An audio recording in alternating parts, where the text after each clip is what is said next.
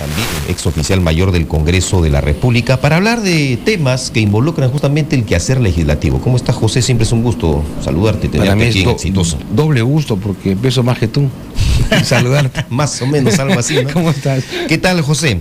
¿Cómo viene la agenda en el Congreso de la República en esta, digamos, recta final antes que termine también el año? Algunas cosas pendientes que podrían de repente ponerse sobre la mesa, no sé, está aún esta cuestión del defensor del pueblo, por ejemplo, y algunas reformas de carácter electoral, no sé si habrá tiempo ya. Yo creo que ya no hay tiempo para lo último, Ángel.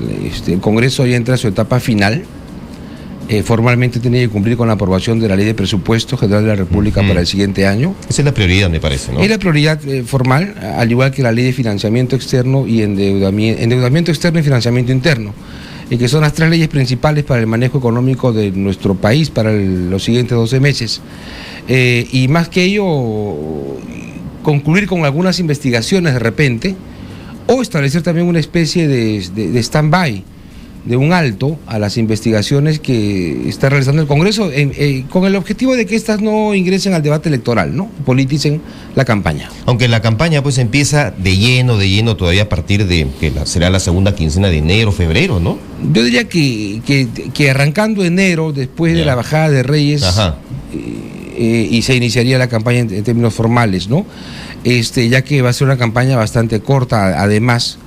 Y tenemos pues diversos tipos de agrupaciones políticas que se presentan, son más de 20 y pico de partidos políticos, y creo que los candidatos principales al menos deben utilizar al máximo el tiempo para poder hacer llegar sus propuestas a todo el país. Ahora, pero tomando como experiencia otros congresos y campañas anteriores, ¿qué es lo que ha pasado en estas épocas?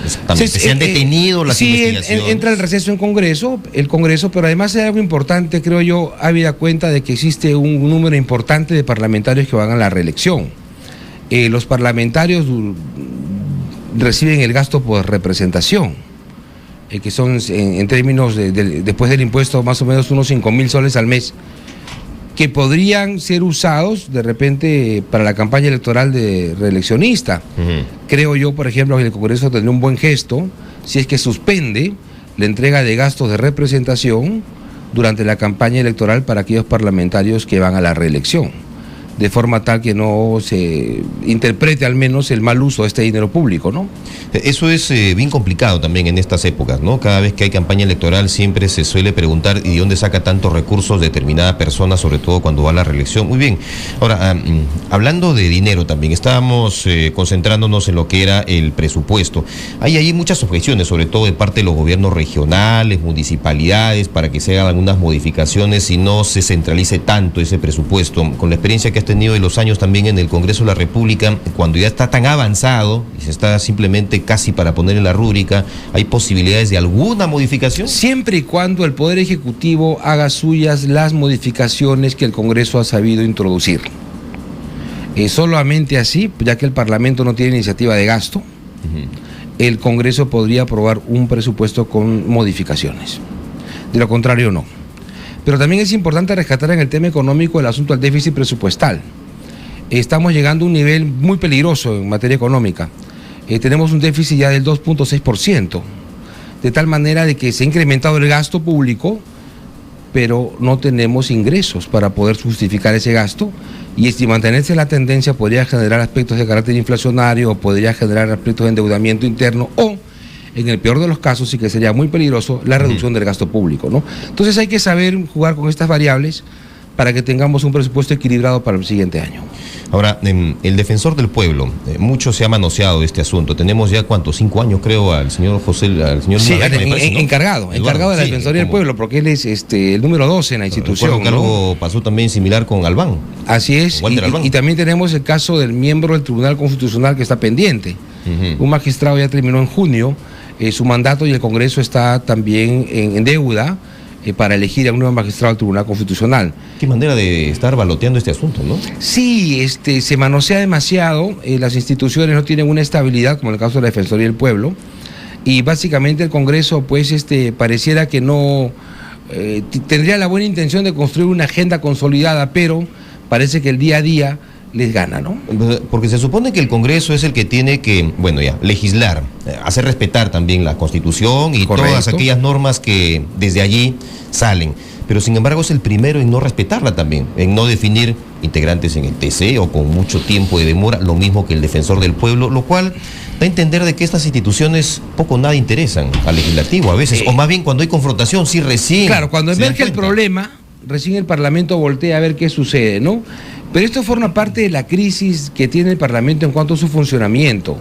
No olvidemos que el Congreso tiene 3 funciones: representar, fiscalizar y hacer leyes. Pero al parecer estas 3 funciones, aparte del control político, claro está, aparte parece que estas funciones no están equilibradas en su día a día. Tenemos una estructura parlamentaria dirigida básicamente a lo que es la función de legislar, con 24 comisiones, con parlamentarios que están entre 3 y 5 comisiones, y tenemos instituciones de control político, pero además también tenemos asuntos de la representación, que en mi opinión es la más importante que tiene el Congreso en la actualidad. Entonces se pierde por la falta de una estructura adecuada en cuanto a la distribución del trabajo entre los parlamentarios, y dan estas sensaciones pues de ineficacia, y dan estas sensaciones de que el Congreso no está cumpliendo a cabalidad con la agenda que tiene prevista y está obligado a cumplir. Pues que políticamente, como imagen, no les resulta rentable. En fin, no es un tema muy popular, muy atractivo para el conocimiento de las masas, ¿no? Porque el Congreso anda pues de capa caída también, y cada vez tenemos peores congresos, me parece, ¿no? Salvo algunas excepciones de sus integrantes. Y hablaba con un ex senador amigo mío y me decía que el siguiente Congreso podría ser peor que el actual. Hoy el Congreso tiene un 82% de rechazo de la población. Sí.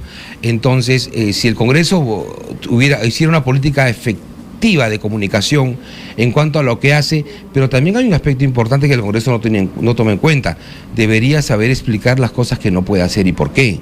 Entonces la ciudadanía estuviese notificada de las limitaciones que podría tener el Congreso, y eso ayudaría a que el Parlamento se plantee algunas reformas que podrían ayudar a ser un parlamento eficaz ante la población. Ahora, pero ¿hay países en los que sus parlamentos sean más populares? Cercanos por lo menos, aquí en Latinoamérica. Mira, no existe un parlamento amado, ¿no?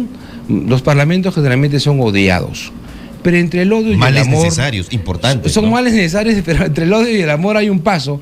Entonces, si es cuestión de carácter sentimental, yo creo que la población sabría entender las limitaciones del Congreso, tanto como institución, pero también tendría que evaluar el buen comportamiento individual de los que conforman parte del Congreso. Hemos tenido, por ejemplo, en este Parlamento diversos y varios parlamentarios que han sido sancionados por faltas de carácter ético. Entonces, esto también ayuda a la mala imagen que tiene el Parlamento. Entonces, el Congreso tiene 2 vertientes para poder mejorar su imagen. Primero, el trabajo de carácter institucional como un ente corporativo, y en segundo lugar, la conducta ejemplar que deben mantener sus miembros en forma individual.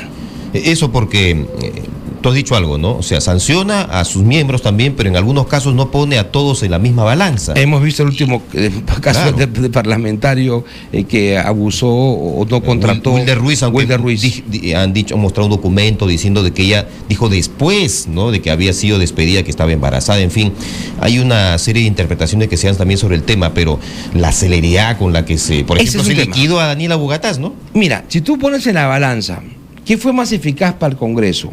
Hacer una larga investigación en el caso de la Comisión de Ética por el parlamentario Ruiz, que en promedio, yo tengo un estudio que estoy realizando, teniendo en consideración una ponencia que voy a realizar dentro de la Cumbre de Comunicación Política, que va a ser la primera semana de diciembre. El promedio de sanción de un congresista por la Comisión de Ética es 3 meses, el promedio. Entonces, este estiramiento del proceso de sanción le genera un mayor costo de imagen de aquellos casos en los cuales el Congreso actúa rápidamente, como el caso del parlamentario de Bugatás, que ni bien cometió su falta en cuanto a su conducta en la sesión de carácter reservado y sancionó, el tema ya pasó. Así es. Terminó. Entonces, ¿para qué esta ética? Exactamente. ¿No? Entonces, la Comisión de Ética realiza, si bien es cierto, Rogelio Canchis, a quien yo conozco y aprecio, es un excelente parlamentario y tiene la mejor voluntad para poder hacer bien su trabajo, pero por otro lado, los plazos y los términos por los cuales está concebida la Comisión de Ética es algo casi como una muerte lenta, es como una agonía demasiado larga. Entonces desgasta al enfermo, que es el congresista, pero también desgasta a la institución que tiene a ese enfermo, que es el Congreso. Entonces, en aquellos casos, creo yo que el Parlamento tiene que ser mucho más expeditivo en poder establecer la sanción al parlamentario que infringe alguna norma de carácter ético. ¿Cómo puede hacer entonces un Congreso para poder recuperar su imagen? Mirar las elecciones nada más, a quienes vamos a definir, ¿no? Mejorar la calidad. Empezamos por mejorar la calidad del Congreso, del ciudadano electo congresista. Ajá. Elijamos mejores personas para tener un mejor Congreso. Exijamos perseverancia en los electores. Perseverancia, que estén informados, que se instruyan de acuerdo a los antecedentes técnicos, profesionales del candidato, y a futuro creo yo que también tenemos que establecer algunos tipos de requisitos para que el ciudadano que pretenda llegar al Congreso sea el mejor de lo que tengamos en nuestra vitrina social. Muy bien, José Chevasco, nuevamente muchas gracias. Angelito, gracias a ti, un fuerte abrazo, hermano. Por estar con nosotros cuando son las 9:29, José Chevasco Piedra, ex oficial mayor del Congreso de la República. Vamos a hacer una